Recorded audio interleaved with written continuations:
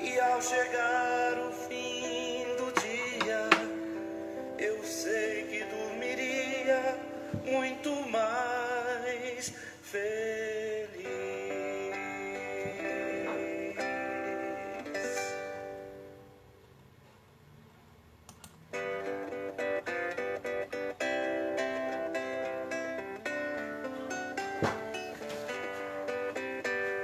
Um dia uma criança me falou, olhou-me nos meus olhos a sorrir, caneta e papel na sua mão, tarefa escolar para cumprir, e perguntou no meio de um sorriso o que é preciso para ser feliz. Amar como Jesus amou, sonhar como Jesus sonhou, pensar como Jesus pensou, viver como Jesus viveu, sentir o que Jesus sentia, sorrir como Jesus sorria. E ao chegar o fim do dia, eu sei que dormiria muito mais feliz. Ouvindo o que eu falei, ele me olhou e disse que era lindo o que eu falei. Pediu que eu repetisse, por favor, que não falasse tudo de uma vez. E perguntou de novo num sorriso o que é preciso para ser feliz. Amar como Jesus amou, sonhar como Jesus sonhou, pensar como Jesus pensou, viver como Jesus viveu, sentir o que Jesus sentiu, como Jesus sorria. E ao chegar o fim do dia, eu sei que dormiria muito mais feliz. Boa noite, William. Boa noite.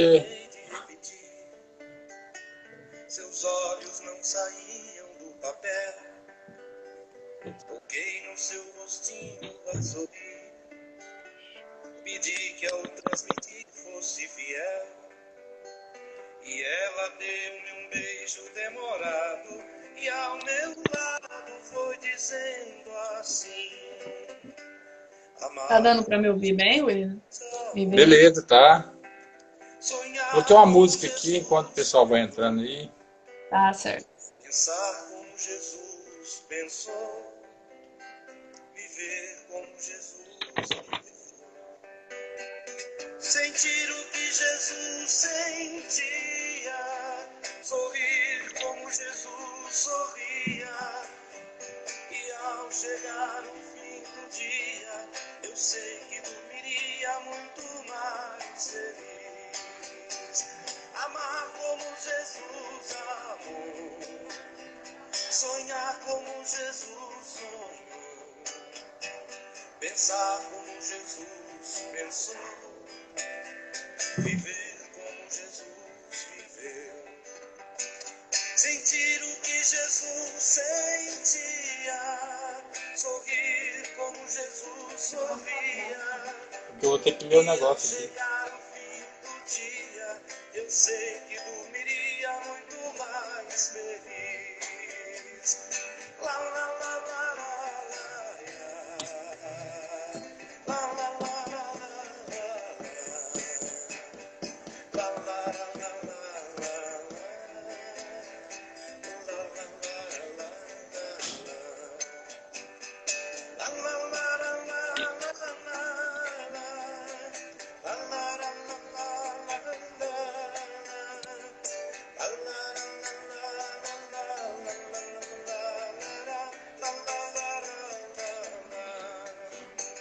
sentir como Jesus sentia, sorrir como Jesus sorria. E ao chegar o fim do dia, eu sei que dormiria muito feliz.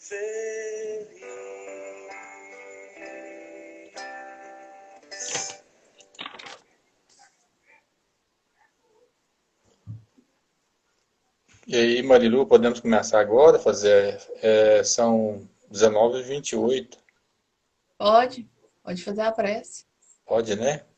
Pode, E pode. meus irmãos, então estamos aqui mais uma vez, né? Nessa noite de hoje, realizando mais uma live do Grêmio Espírita Allan Kardec, reunidos em nome de Deus, em nome de Jesus, onde a nossa querida irmã Marilu irá proferir a palestra com o tema Buscais e achareis. Aliás, buscais e achareis, observar os pássaros do céu, do item 6. Então, convido a todos nesses momentos, vamos fechar os nossos olhos, busquemos Jesus em nossos corações, vamos esquecer de tudo aquilo que nos perturba de ordem material nesses momentos, vamos silenciando os nossos pensamentos, abrandando o nosso coração nesse instante, agradecendo a Deus pela bênção de mais um dia, da nossa existência, por estarmos aqui reunidos em nome de Deus, a realizar mais uma live de trabalho com a nossa irmã Marilu. Que Deus o abençoe na sua palestra, na sua mensagem da noite. Senhor Jesus, se conosco hoje, agora e sempre. Nós agradecemos, Senhor, por esta oportunidade. Que Deus nos abençoe, graças a Deus. Que assim seja. Então nós vamos ler a leitura, observar os pássaros do céu, né? Que é do capítulo 25. Buscais e achareis. Não acumuleis tesouros na terra, onde a ferrugem e os vermes os comem, e onde os ladrões os desenterram e roubam. Acumulai tesouros no céu, onde nem a ferrugem nem os vermes os comem. Porquanto, onde está o vosso tesouro, aí também estará o vosso coração. Eis porque vos digo, não vos inquieteis por saber onde achareis o que comer para sustento da vossa vida, nem de onde tirareis vestes para cobrir o vosso corpo. Não é a vida mais do que o alimento e o corpo mais do que as vestes? Observai os pássaros do céu. Não semeiam, não ceifam, nada guardam em celeiros, mas vosso Pai Celestial os alimenta. Não sois muito mais do que eles? E qual dentre vós o que pode, com todos os seus esforços, aumentar de um côvado a sua estatura? Porque também vos inquieteis pelo vestuário? Observai como crescem os lírios dos campos. Não trabalham nem fiam. Entretanto, eu vos declaro que nem Salomão, em toda a sua glória, jamais se vestiu como um deles. Ora, se Deus tem o cuidado de vestir dessa maneira a erva dos campos, que existe hoje e amanhã será lançada na fornalha, quanto mais cuidado não terá em vos vestir o homem de pouca fé? Não vos inquieteis, pois, dizendo, o que comeremos, ou o que beberemos, ou de o que nos vestiremos? Como fazem os pagãos, que andam à procura de todas essas coisas? Porque vosso Pai sabe que tens necessidade delas. Buscai primeiro o reino de Deus e a sua justiça, que todas as coisas vos serão dadas de acréscimo. Assim, pois, não vos ponhais inquietos pelo dia de amanhã, porquanto o amanhã cuidará de si. A cada dia basta o seu mal. Mateus, capítulo 6, versículo 19 a 21 e 25 e 34. Então está aí, meus irmãos, a mensagem da noite, que Deus nos abençoe. E a palavra agora está com a nossa irmã Marilu. Deus te abençoe, Marilu. Seja bem-vinda a mensagem para todos nós. Você vai me falando no horário, que eu tô sem relógio aqui. Ah, tá. Agora são 19h32. Aí você vê aí, mas o tempo que você dá para você. Tá. Tá bom? Então, boa noite, pessoal. Primeiramente, um prazer voltar a falar, né? Depois de um tempo afastada, que a gente não tá mais se vendo lá no centro. A gente veio aqui hoje conversar um pouquinho sobre o Evangelho. E eu escolhi a leitura do capítulo 25, Buscai e Achareis. Uma que fala sobre observar os pássaros do céu. Então, essa leitura, ela é um pouco extensa, o William leu um trecho dela, no começo. E quando a gente lê ela toda, vai refletir acerca dessa leitura, a gente fica se perguntando, interrogando o que realmente Jesus quis dizer com tudo isso, né? O que o Evangelho quer nos mostrar. Porque ele dá exemplo dos pássaros, né? Das árvores, das flores, que, assim, não vão atrás do que comer, né? Para se sustentar, e mesmo assim Deus consegue prover isso para elas. Então quer dizer que nós também não precisamos nos preocupar, né? Com o dia do amanhã, que Deus vai se encarregar de fazer tudo, deixar tudo arrumado, vai entregar tudo nas minhas mãos. Seria isso, né? Então a gente fica nessa dúvida numa primeira leitura superficial, sem analisar, sem refletir, mas ele quer fazer a gente pensar um pouco além disso. Ou seja, um tópico antes, o primeiro item desse capítulo, ele fala: ajuda-te e o céu te ajudará. E ele vem falar: buscar primeiro o reino de Deus e a sua justiça e tudo mais será acrescentado. E ele fala também: buscai e achareis, batei e a porta vos abrirá. O que ele quer nos dizer? Que nós, na nossa condição que nós temos hoje, principalmente quem está dentro da doutrina espírita, mas também os nossos irmãos de outras religiões, nós temos muita responsabilidade com aquilo que nós aprendemos dentro dos nossos centros e das nossas igrejas. Então, com todo esse conhecimento e esse aprendizado, nós estamos já no papel de sermos provedores de nós mesmos. Ou seja, eu não preciso esperar que Deus me dê tudo, porque de onde Ele está, Ele já cuida de cada um dos seus filhos. Ou seja, eu tenho que trabalhar, porque o trabalho dignifica o homem, ou seja, eleva o homem na sua categoria tanto material como intelectual, né, intelectual e moral. Mas nós também precisamos ter consciência de que Deus nunca nos desampara. Então, muitas vezes nós estamos passando por momentos difíceis na nossa vida e a gente não encontra saída, parece que não tem nenhum lugar para o qual sair, ninguém a quem recorrer.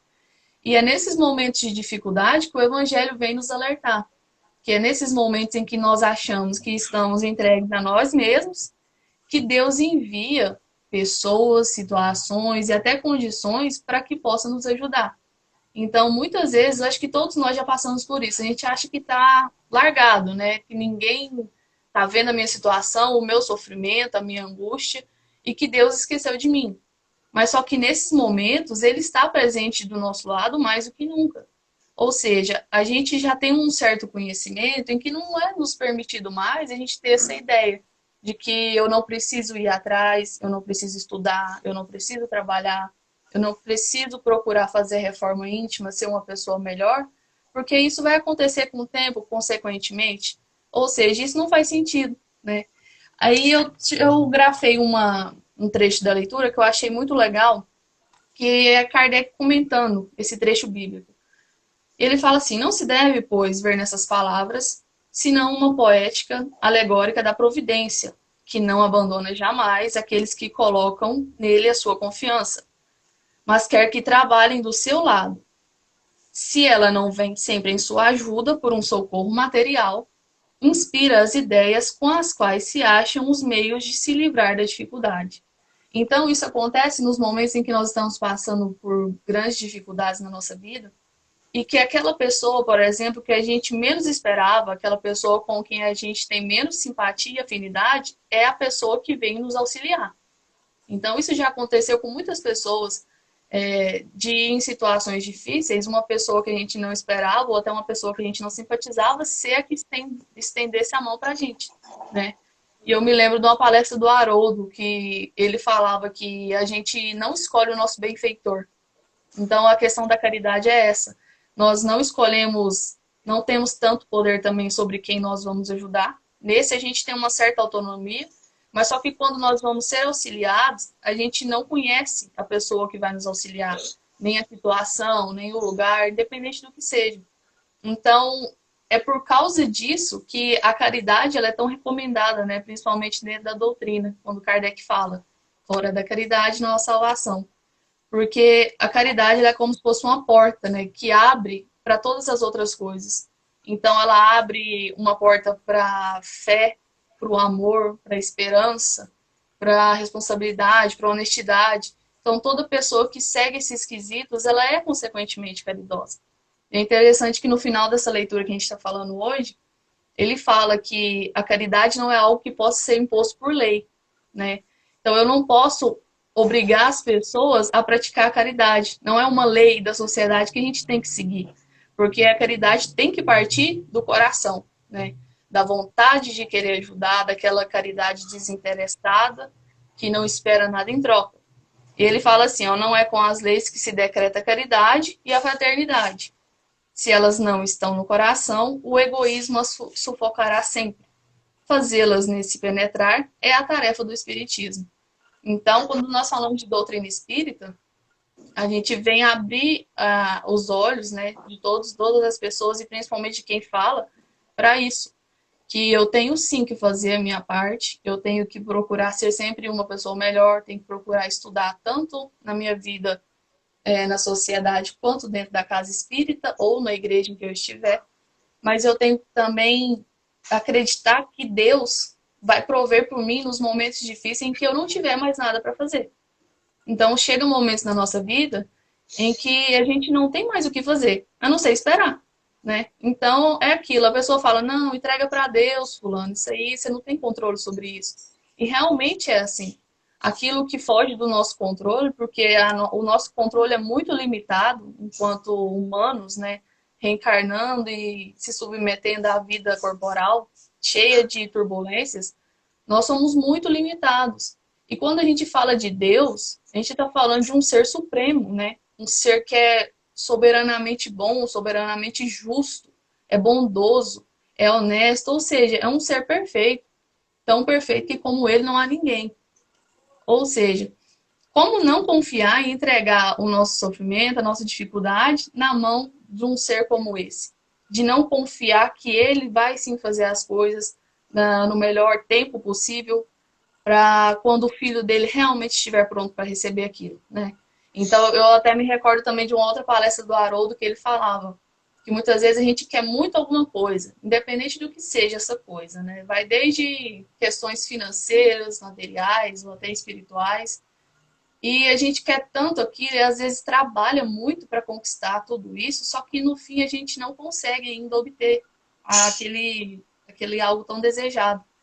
E ele fala que Deus pode ver que o filho dele está se dedicando para conseguir tudo aquilo, está se esforçando, mas se ele não estiver preparado para aquilo que ele quer, ele não vai receber. Porque ele não vai ter condições para passar por circunstâncias mais difíceis no futuro. Então Deus faz o quê? Ele priva momentaneamente o seu filho daquilo, para que no futuro ele tenha condições de aí sim fazer melhor e trabalhar melhor naquela área. Então, muitas vezes a gente até se rebela contra Deus quando isso acontece, né? Então, nossa, eu trabalhei tanto para isso, eu estudei tanto, as pessoas não reconhecem o meu esforço, as pessoas não veem o tanto que eu trabalho, a pessoa não me valoriza, ou eu não consegui isso que eu juntei dinheiro, por exemplo, para conseguir. Mas só que a gente tem que entender que naquele momento aquilo não era algo que eu necessitava. Não era algo tão bom para o meu espírito e para a minha evolução moral enquanto pessoa, né? E não é fácil a gente perceber isso. Esses dias eu estava pensando, a gente passa por algumas dificuldades na nossa vida e que a gente, depois que passa, fica pensando assim, fala, nossa, foi bom eu ter passado por aquilo, porque senão eu não saberia o tanto que eu sei hoje. Eu não seria forte o tanto que eu sou hoje. Eu não teria as experiências que eu tenho hoje se eu não tivesse passado por aquela dificuldade lá atrás. Então, naquele momento lá no passado, eu até me contrariei um pouco, né? Ah, mas por que logo comigo, né? Por que isso está acontecendo comigo? Logo comigo, né? Tem tanta Marilu no mundo, por que logo comigo? Tanto William no mundo, por que logo com o William? E a gente esquece que cada um de nós somos seres individuais. Não há ninguém como nós na face da Terra nem no universo. Então, Deus cria cada filho seu particularmente com as suas características, que você é só você, não tem ninguém mais. Então, como não se sentir especial, analisando tudo isso, né? A criação de Deus, sendo que ele criou um ser único como eu, cuida de mim, apesar de que eu passe por certas dificuldades, né? Porque o amor de Deus não nos isenta da dificuldade. Ele é semelhante a um pai, né? O William, que é pai, sabe. Então, você tem seu filho, você tem que educar, tem que criar bem seu filho, mas só que certas coisas você não pode permitir que seu filho faça. Você tem que instruir ele, talvez ele queira, mas você vai lá, conversa e fala, melhor não fazer isso, você não pode fazer isso por causa disso, disso e disso. E no momento o filho não entende. O filho fica revoltado, contrariado, fica se questionando por quê. E isso é natural. Só que o pai que tem uma sabedoria maior, uma experiência maior, sabe que aquilo não é adequado para ele no momento. E o filho depois, anos depois, ele entende, na maioria das vezes, aquilo que o pai fez ou a mãe fez no passado, que realmente não era o melhor para ele naquele momento, naquela época. Então, é assim que Deus também age conosco, né? A gente tem a mania de achar que Deus é um ser tão distante de mim que ele age de acordo com o sobrenatural. Ou seja, ele faz coisas impossíveis, ele age só através do milagre, coisas que eu não entendo. E se eu não consigo entender, eu vou deixar para lá, não vou buscar estudar para conhecer mais. E não é assim, né? No Pai Nosso que a gente fala, tem o trecho que diz, né? Assim na terra como no céu. Então, todas as coisas que funcionam aqui na terra, elas já existem lá no plano espiritual, né? E aqui é uma cópia imperfeita, vamos dizer assim. É algo que está procurando ser melhorado para que possa nos beneficiar. Então, tudo que se refere a Deus é 1000 vezes mais perfeito do que o que eu conheço, né? Então, por exemplo, quando a gente sai para viajar, a gente vê uma paisagem, uma vista muito bonita, e a gente fica deslumbrado, né? Como que pode existir algo tão bonito, né? Como que Deus pode fazer algo tão lindo desse jeito? E a gente parando para analisar que no plano espiritual, em outros mundos, para aqueles que creem na pluralidade das existências e na pluralidade dos mundos, existem visões e paisagens muito mais bonitas do que a gente conhece, né? Então, é desse Deus que nós estamos falando e é esse Deus que a doutrina espírita vem nos mostrar. É esse Deus que ele é tão justo que ele deixa o filho dele passar por cada coisa que ele precisa passar. E tudo isso que nós passamos são consequências dos nossos próprios atos, né? Então não é um castigo, né? Deus sorteando aleatoriamente um filho dele para sofrer e um filho dele para ser feliz, né? Então aí muitas vezes a gente pega e lê essa leitura e a gente fica pensando, fala, mas e as pessoas que estão passando fome, as pessoas que estão passando alguma dificuldade, né? A gente não tem que ajudar, vai deixar Deus, elas a Deus dará literalmente. Só que não, é aí que entra o papel da caridade, né? Porque aqui no Evangelho, como eu li, ele fala que quando Deus não nos auxilia diretamente, ele coloca pessoas e situações na nossa vida. Então pode ser que você seja a salvação de um vizinho, de um amigo, de um conhecido seu que está passando por uma dificuldade. Talvez você seja aquela pessoa que Deus usa como agente para modificar a vida de uma outra pessoa. Então nós somos usados também. Nós somos instrumentos de Deus, né? Então Deus é o Criador, nós somos a criatura, e Ele nos usa para poder modificar vidas. A gente pega um exemplo muito claro que a gente tem no nosso meio, que é o Divaldo, né? O Divaldo Franco.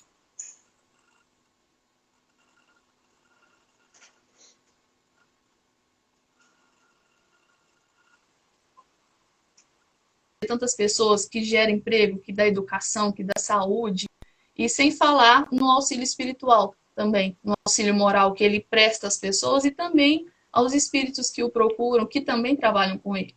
Então, essa leitura do Evangelho vem nos fazer refletir sobre isso.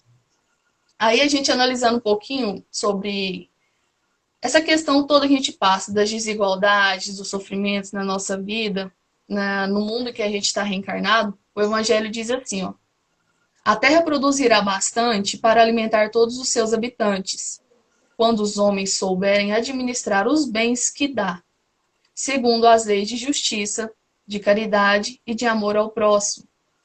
Quando a fraternidade reinar entre os diversos povos, como entre as províncias do homem,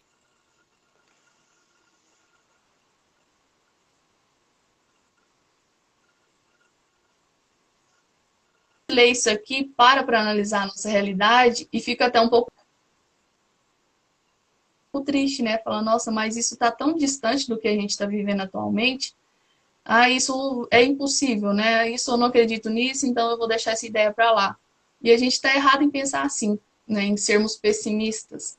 Ou seja, é preciso modificar esse pensamento e acreditar que tudo isso que foi dito no Evangelho um dia vai se instalar no nosso planeta. Porque tem que se instalar. A gente tem que entender que nós estamos caminhando numa evolução, né? Então todo mundo está progredindo. E no Espiritismo a gente sabe que nós não regredimos. Ou você estaciona ou você evolui, mas você não regride. Então, isso um dia vai chegar. Um dia em que as nações, né, as grandes potências, elas vão ser regidas pelo amor, pela fraternidade. Atualmente a gente vê muitas pessoas falando que amor, fraternidade não gera dinheiro, né, não sustenta ninguém. Mas só que onde é colocado o amor e a fraternidade, as coisas prosperam melhor. E nessa época que a gente está passando agora de crise, né, dificuldades, crise em todos os setores praticamente, a gente vê que ninguém perde por tentar ser uma pessoa boa e melhor e auxiliar o próximo, né? Então a gente vê nas notícias, enfim, nos meios, nas mídias sociais, várias notícias de pessoas que ajudam uma pessoa que estava precisando de um alimento, de roupa, de escola, de educação, enfim, qualquer coisa que seja. E a gente vê que aquilo ali, por mais insignificante que seja, muda a vida das pessoas. Então, contribui para que ela possa ser melhor, para que ela possa tentar seguir o caminho dela com mais clareza, com mais leveza, porque todos nós precisamos de oportunidades, né? Então, a cada um é dado aquilo que ele merece. Lembrando que a gente sempre lá atrás, quando nós fomos criados, nós partimos do mesmo ponto, né? Fomos criados simples e ignorantes, e para chegarmos aonde a gente chegou hoje, cada um errou, acertou, tentou consertar alguma coisa para estar melhor e estar no lugar que está hoje, né? Aí, falando ainda sobre isso, eu procurei uma leitura para trazer, encontrei ela no livro Pão Nosso, Psicografia do Chico, pelo Emmanuel. Williams, pode me falar as horas, por favor? São 19h50 agora. Certo. Eu achei a leitura no capítulo 68. Quem tiver o livro Pão Nosso depois, quiser dar uma olhada, chama-se Necessário Acordar. E ela traz um trecho da carta de Paulo aos Efésios, no capítulo 5, versículo 14. Diz assim: Desperta, ó tu que dormes, levanta-te dentre os mortos, e o Cristo te esclarecerá. Grande número de adventícios, ou não, aos círculos do cristianismo, acusa fortes dificuldades na compreensão e aplicação dos ensinamentos de Jesus.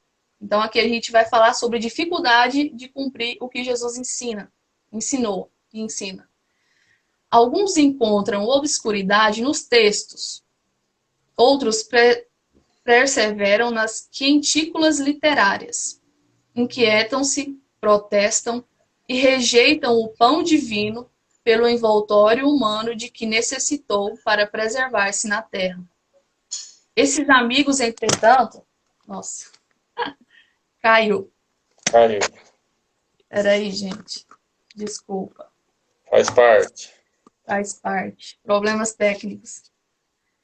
Esses amigos, entretanto, não percebem que isto ocorre porque permanecem dormindo, vítimas da paralisia de faculdades superiores.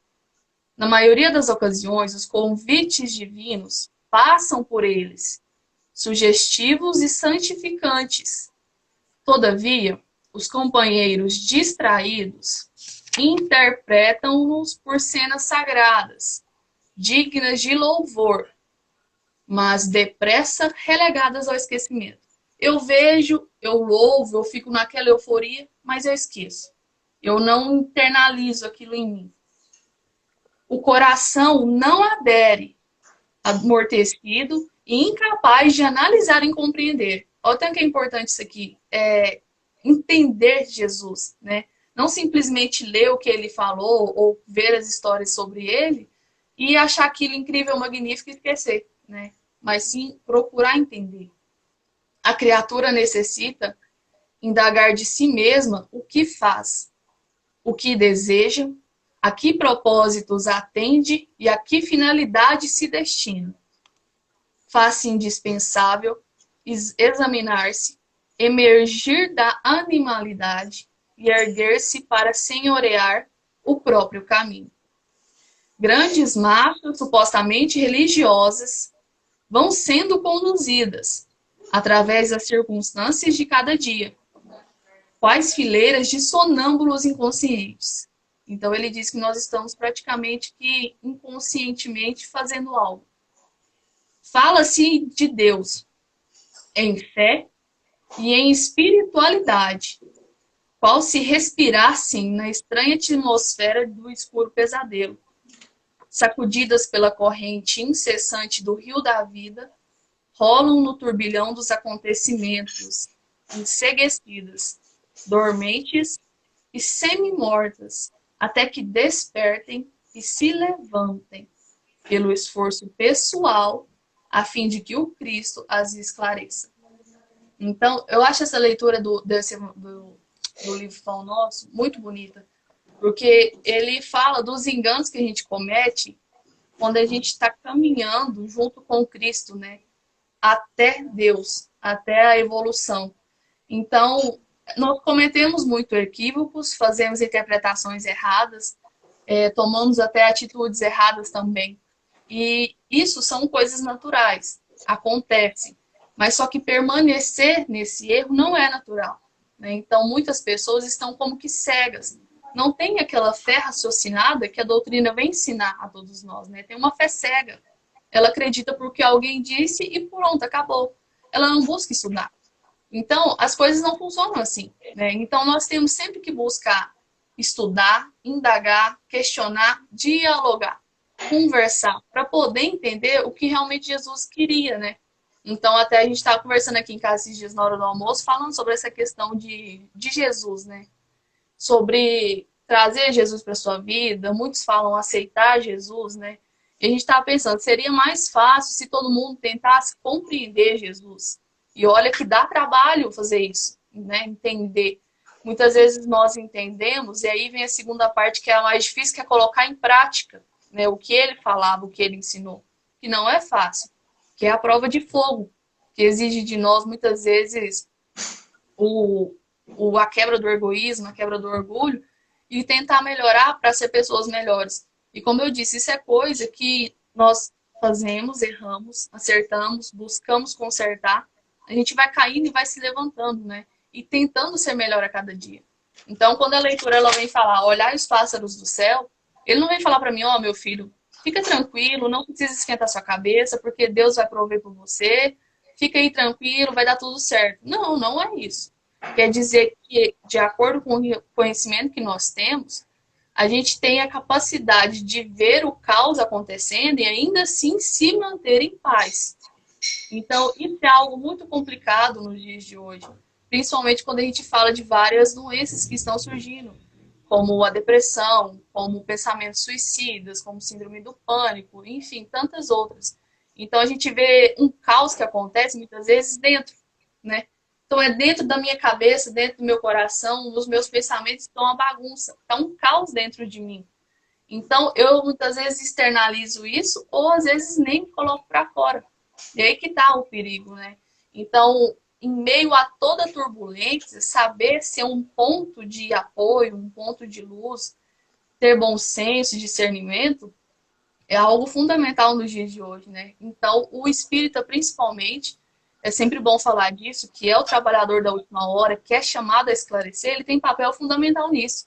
Ele é chamado a consolar, ele é chamado a esclarecer, que é o papel que a doutrina se presta, né? Então, quando a gente vê pessoas falando mal do espiritismo, ou pessoas que ainda não compreendem o espiritismo, na grande maioria dos casos, não todos, o que aconteceu de errado foi naqueles que propagam o espiritismo, não na doutrina em si, entende?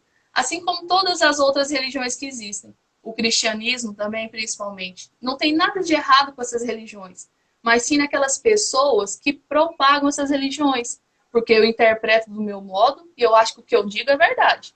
O William interpreta do modo dele e acha que o que ele diz é verdade também. Aí a gente vai bater de frente, porque se o que eu digo é verdade e o que você também diz é verdade, alguém tem que estar errado e não sou eu, entende? Então, muitas vezes é esse orgulho que não me deixa dialogar, que não me deixa trocar experiências, que me cega, que prejudica a minha relação com as pessoas, a minha relação dentro de casa e a minha ajuda, a caridade que eu tenho que fazer. Então, isso é muito interessante. E para a gente finalizar, eu lembrei da música que a gente canta no centro, Buscar Primeiro, né? O William até leu, que ele fala aqui, ó, procurai, pois, primeiramente o reino de Deus e a sua justiça, e todas essas coisas vos serão dadas por acréscimo, né? Então, no final lá a gente canta, buscai primeiro o reino de Deus e a sua justiça, e tudo mais vos será acrescentado. Aleluia, aleluia. Então, é isso, né? Quando eu elevo o meu pensamento a Deus, quando eu me conecto com Ele em tudo que eu vou fazer na minha vida, as outras coisas vão acontecendo. É como que a minha vida destravasse, né? Ela deslancha, ela flui melhor. Porque eu coloco Deus, ou seja o que eu acredite, né? Um ente superior, na frente de tudo e Ele vai prover por mim. Então eu faço a minha parte, eu cumpro com as minhas obrigações e as minhas responsabilidades, e eu sei que tem um Deus que no momento em que eu não posso fazer mais nada, vai olhar por mim, vai cuidar de mim, da minha família, dos meus amigos, daqueles que eu amo. Então é essa confiança que o Evangelho veio trazer para nós essa noite, que essa leitura e esse capítulo, que é um capítulo muito bonito, vale a pena ler, vem nos trazer hoje.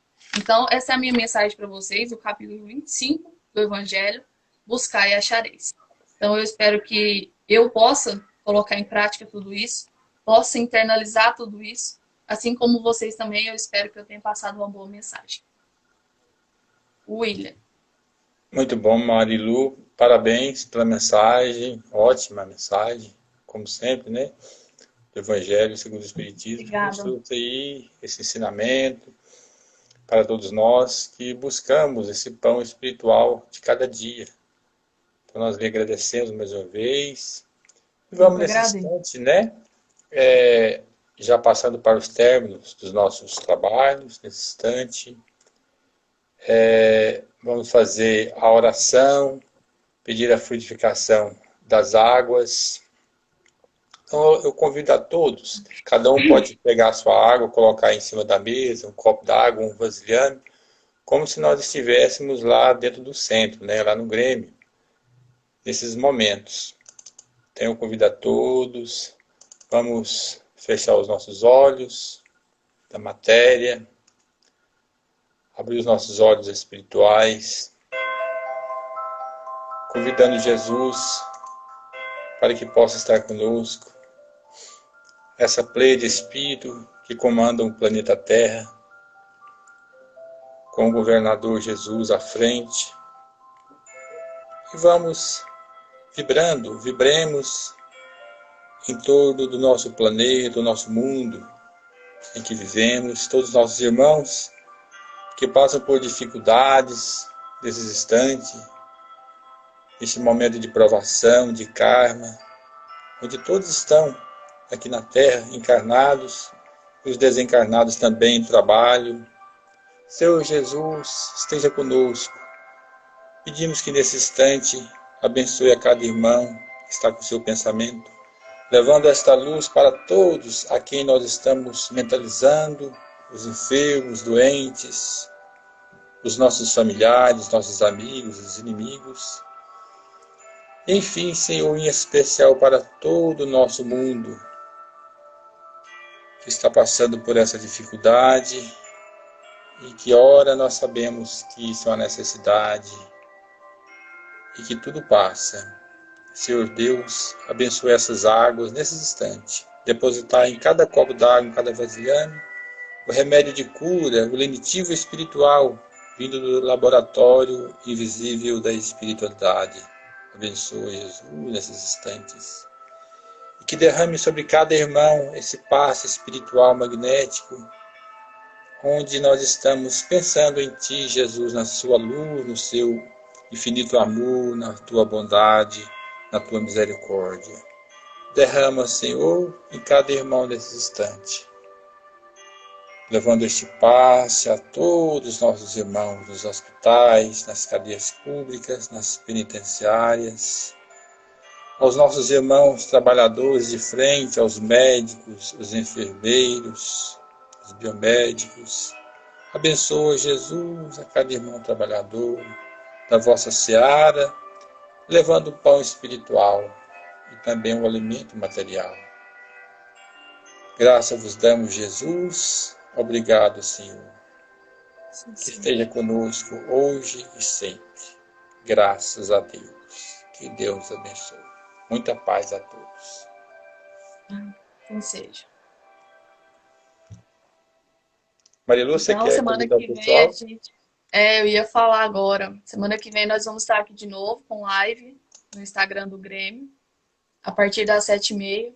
E o palestrante da semana que vem será o Luiz Fernando, nosso irmão que nos ajuda sempre, lá de Goiânia. Então eu convido todo mundo a entrar na página do Grêmio, né, às 7h30, e vir prestigiar. É sempre bom ouvir o Luiz Fernando e ele vai estar com a gente semana que vem. Isso aí, essa mensagem, essa palestra vai estar no Instagram, né? Quem não pôde ter a oportunidade de vê-la, né? Poderá assisti-la. Ela vai ficar salva 24 horas e eu vou tentar colocar no YouTube do Grêmio também. Quem Isso. não viu, pode ir lá ver, tá bom? Então, pessoal, um abraço a todos que estão aí nos ouvindo, nos assistindo. Muito obrigado pela atenção de todos. Obrigado, Marilu, por mais esse momento. Agradeço. Benças em nossas vidas. Assim seja. Tchau, pessoal. Saudade de vocês. Logo a gente tá junto de novo. Se Deus quiser. Deus abençoe a todos. Amém. Tchau. Sim. Tchau, com Deus. Com Deus.